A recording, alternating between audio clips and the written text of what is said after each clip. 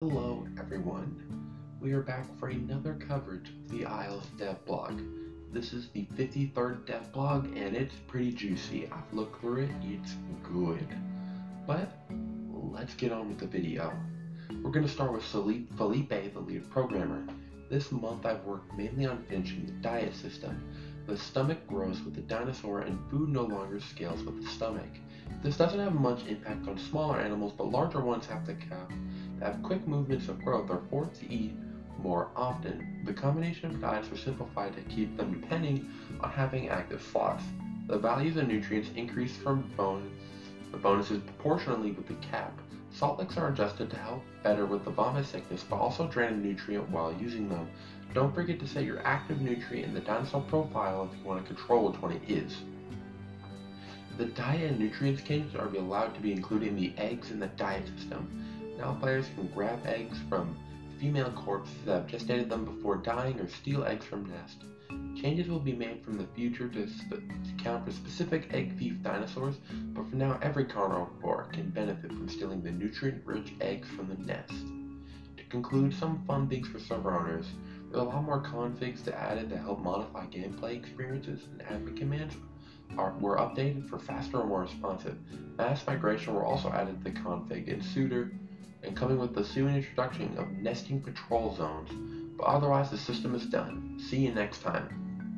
So you have Ariel, another programmer. I've been working on the same features you have already seen yourself in the Horde test. Egg gestation has been added along with adjustments to the nesting system. This has required several changes that previously you only laid a given number of eggs depending on your diet. Because you can choose how many you want to even lay at a different time, you can also support them because they can now be picked and eaten. This has also continued work on Myosaur. Most of the abilities were quite simple for the update to support the bipedal and quadrupedal states, but out of all things, grazing happened to be the most problem. I ended up reworking the animation setup for that, but it was something I had planned anyway. Myosaur now moves quite smoothly. Now you got Armorock, another programmer. I've been busy working on a new navigation system for the fish that can translate for the swimmers and eventually flyers. I've added fish's capability to try and chase down smaller players, which you may have seen in the Horde test, which is a lot of back-end systems now compared with my Focus AI. The basic logic for most animals is completed with some big improvements to navigation and performance. The Pterodactylus and Compsognathus AI have been made with using the new system and allow for hordes to spawn and interact with the world. Those are also a work in progress. You might see them showing around the island. Each animal will get improvements for their behavior, and the foundation for base logic has been tested for performance and reliability. To close, there are some Archon commands that have been added to server owners you can find provided documents. Got Brian, the lead animator, I think. It's been rigging time. Time to get the next round of animals back on their feet. Kentrosaurus is the first one to use the new rig system that we'll be using from here on and out. Kentro, always a classic. I'm glad to see it's back. As far as the animation is going, I've been on Myosaur and Allosaurus lately. Maya never really was a pushover in the old days, but I've got some new tricks up my sleeve in Oshima. Best not make mommy angry. I like this stomp animation. I think it's an alt attack. I would assume. I don't know 100%, but I think that's what it is, but I like how angry it looks. Allosaurus is beginning new locomotion, which has just been done for the adult, and I'll be working on the juvenile locomotion in November. If this is a trot, then ooh la la la la. Wedge, the sound designer. This month has been work on the Myosaur. Along with polishing the adult calls, I have decided a set for its juvenile stages, maintaining the cute burbles and pops consistent from Legacy. Additionally, I've completed the implementation for the calls, ensuring that a pitch and volume modulation as well as dynamic mixing of vocal call layers, overgrowth, and variables such as it loses its voice, all sounds appropriate at the incremental stage. I've also gone through the adult animations, adding footsteps and folly sounds, taking into account both bipedal and quadrupedal locomotion, meant double the number of places to sync. Now I've started work on the vocal sounds for the rest of the animation, starting with its attack, varying directional attacks based on the angle of the attack.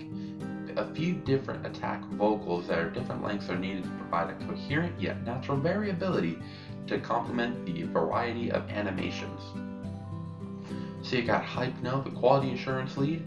Hey y'all, it's been a short one for me, the Devblog, as QA has been working on solely bug testing for both editions and some upcoming mechanics.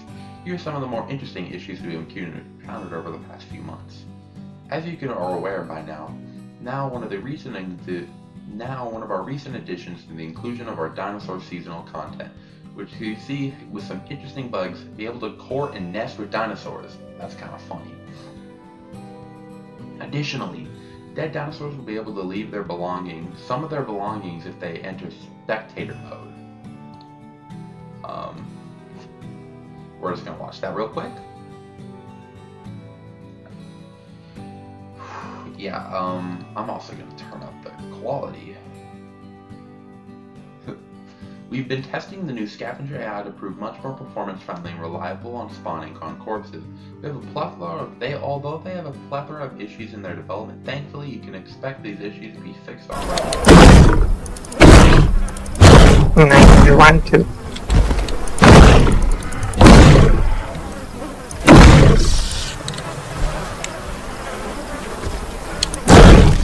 Is that lucky? Bro got happy. Okay, we're gonna look at the comments.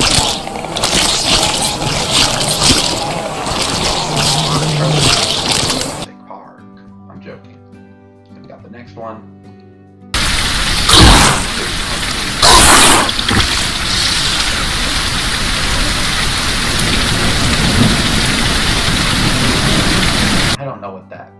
I don't know how to do that. Zontosaurus had a fun gravity-defying kick that set people up for combo damage instead of sending them away from the player.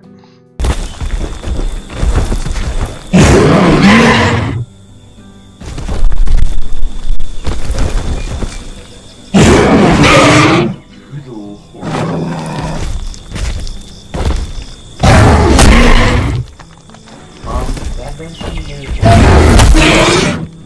and packing be dead already. Admin powers. And then we have just on the Omnappers battle team of Ghost for a build disappear whenever it latches onto a player. That's not the rest. That's not what that is my job. Okay, Kissin' Kitten, the producer. Happy Halloween. October's been an interesting month. A lot's been going on. Many of the irons are on the fire right now, and since I'm tired, I'm going to prefer showing than telling.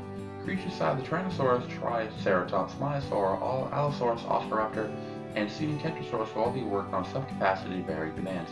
Their animations are either complete or nearing completion for all but Kentrosaurus, who is next in the lineup, followed by Baryonyx.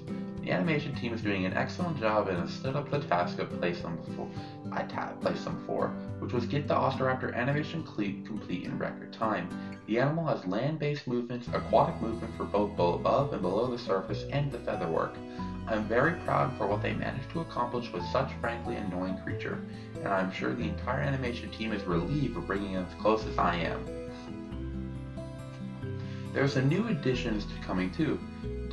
Destined for a life of being fodder the hatchlings and juveniles carnivore, there are small animals that will be showing up in specific locations, yet another element we're incorporating to bring the island to life. Grasshoppers, rats, dragonflies, lizards to name a few. Elders have been looking pretty good. I've attached some images of adults and elders comparisons, some of them which are already being moved in the game for current playables. I hope you enjoyed Halloween event and continue having fun with it. That's all for this month. The next 2 months are going to be here. Gone before we know it. We haven't had a moment to spare. Catch you next time. That's probably an aloe eating animation, and it's clean. I like it a lot. Then we got this Osteraptor animation. I think it might actually be when the Hypsilophodon blinds it. This one I could either see being a courting or a forecall. Then we got it's a dragonfly. It moves like a dragonfly. Then we got a cricket. There ain't much to it. It's a cricket. It moves like a cricket. Then we got a rat. Now this is the juicy stuff. Elders. First one, Elder Aloe. Top, normal, bottom, Elder. The Elder on Aloe is really cool. most of the elders are really cool, and I don't disapprove of any of them that I can think of. Elder Beppy versus Adult Beppy, again, I really like it. The one thing I don't like is, oh wait, well that's also going to be feathers. I was about to say I didn't like this arm flap, but that's also supposed to be feathers, so I'm fine with it. Elder Carno versus Adult Carno, I quite like it. I like the dewlap, I like the bigger horns. It's clean. Then we got Adult Cerrado versus Elder Cerrado. This one is clean. I like the bigger spikes on the back. I like the thicker neck. I like the bigger horns. Then we got regular Diablo versus Elder Diablo. It's okay. This is one of the ones I like less. And this is just a full body. It's not bad by any means, but I just think it's a little much, and they don't change much on the body. Elder Dryo, that's mainly the face. It looks more square and angry. Then we got Elder Gallimimus, is really hard to tell. There's more veins on the neck, and it has a dewlap, but besides that, it's hard to tell. Herrera, though, is a good one. I like the dewlap, I like the bigger head, and it's just a good elder. Ipsilophodon is kind of hard to tell the difference. I think the main difference is that the beak is a little bigger, and that's it. It's kind of hard to tell. Kentro is a good elder. It looks ugly, and I'm fine with that because it's old, and that's funny. I just like how wrinkly it is, and I like how big the spikes have become. Then we got Maiasaura. I love this. It looks like a penis. All joking aside though, it is a good elder. It looks like an old person. Same with Pachycephalosaurus. It does not have to look aesthetically pleasing. It fits the elder title. It looks old. Now we got Pteranodon. There ain't that much change except the crest. The neck is a little thicker. The crest goes curved, but besides that there ain't much. Then we have Shantungosaurus out of all creatures, which I did not expect them to be showing elders for Shantungosaurus out of all creatures, because all the other creatures they're showing it for are coming in the nearish future or already in the game. It's hard to tell the difference. It's easier to tell on the full body. Spikes are bigger, neck is thicker, dewlap bigger. Then we got Stego, got a little more, bigger spikes, bigger plates, bigger legs, just thicker everywhere. Then we got Adult Tenonto, bigger spikes, more square head, bigger claws, which I'm happy about. And then the coup de grace. That's a reference to an Eminem song, Antichrist. This is the best elder. It's so good, and it's so good because I put it in the thumbnail. I love how the crest, or not the crest, the frill curves. I love how long the horns are. Like how that little one, it just looks so good. Finally, director's commentary. The migration zone testing went well, and I'm happy to see the game works well with the settings enabled, as well as diet buffs, patrol zones, and mutations. Additionally, configurations have been added to server owners to further customize the experience to which to give players rebalanced settings. The user interface changes rapidly is coming to a close.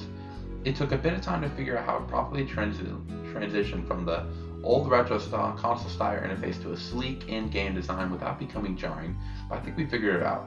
I've attached some a few previews of the layout approvals of the upcoming UI and transition speakers. Although it's rough to display, the VFX on the menus can be toggled on and off, and there is a small color section in the menu below. I like this menu a lot. It's clean. It's so cool. And the new UI too. Okay, let me play the video. It's just gonna play. I like how the diets look in theory. I like the new tutorial thing like in Legacy.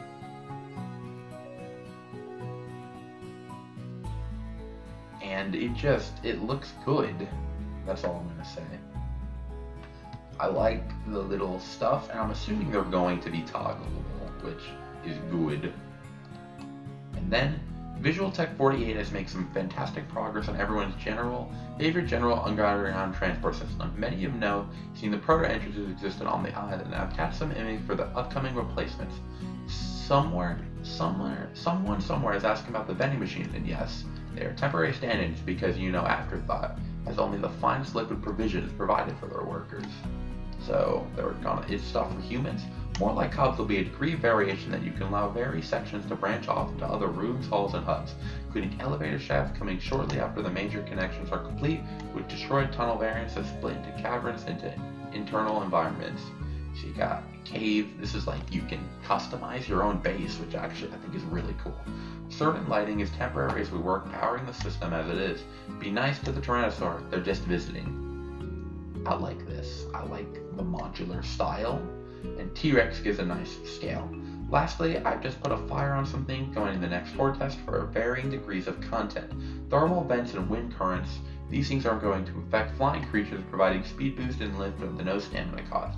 To the player slowing them if they are flying against it, these areas are also customizable and can be set active during a specific time of day. If they are immune or affected by weather state or are permanently active, you expect the natural thermal vents that are active during the day to go away during heavy rainstorms, as well as varying wind currents to become active to help with the fly-capable population around.